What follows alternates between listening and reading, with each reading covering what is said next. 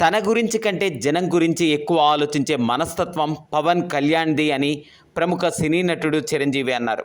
జనసేన గెలుపు కోరుతూ ఆయన ట్విట్టర్ వేదికగా వీడియో సందేశాన్ని విడుదల చేశారు. ఎవరైనా అధికారంలోకి వచ్చాక ప్రజలకు ఏమైనా చేయాలనుకుంటారు, కానీ పవన్ కళ్యాణ్ తన సొంత సంపాదనను కౌలు రైతులు జవాన్ల కోసం ఖర్చు పెట్టారు. సినిమాల్లోకి తాను బలవంతంగా వచ్చాడు, రాజకీయాల్లోకి మాత్రం ఇష్టంగానే వచ్చాడు. అన్యాయాన్ని ఎదిరించేందుకు జనం కోసం జన సైనికుడయ్యాడు అని చిరంజీవి పేర్కొన్నారు. కొణిదెల పవన్ కళ్యాణ్ అమ్మ కడుపున ఆఖరివాడిగా పుట్టిన అందరికీ మంచి చేయాలి, మేలు జరగాలి అనే విషయంలో ముందువాడుగా ఉంటాడు. తన గురించి కంటే జనం గురించి ఎక్కువగా ఆలోచించే మనస్తత్వం నా తమ్ముడు కళ్యాణ్ బాబుది.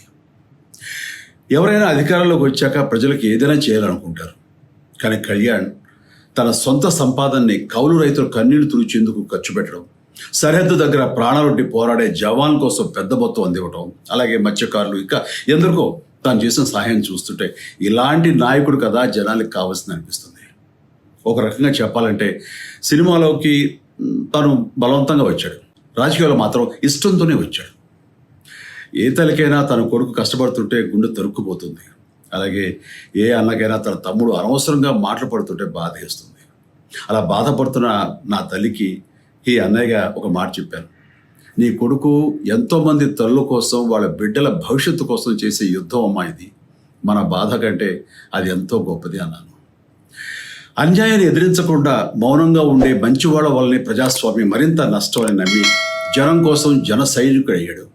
తాను బలంగా నమ్మిన సిద్ధాంతం కోసం తన జీవితం రాజకీయాల్లోకి అంకితం చేసిన శక్తిశాలి పవన్ కళ్యాణ్. ప్రజల కోసం, రాష్ట్ర భవిష్యత్తు కోసం ఆ శక్తిని వినియోగించాలి అంటే చట్టసభలో అతని గొంతు మనం వినాలి. జనమే జయను నమ్మే జనసేనాని ఏమి చేయగలడో చూడాలంటే మీరు పిఠాపురం ప్రజలు కళ్యాణ్ని గెలిపించాలి.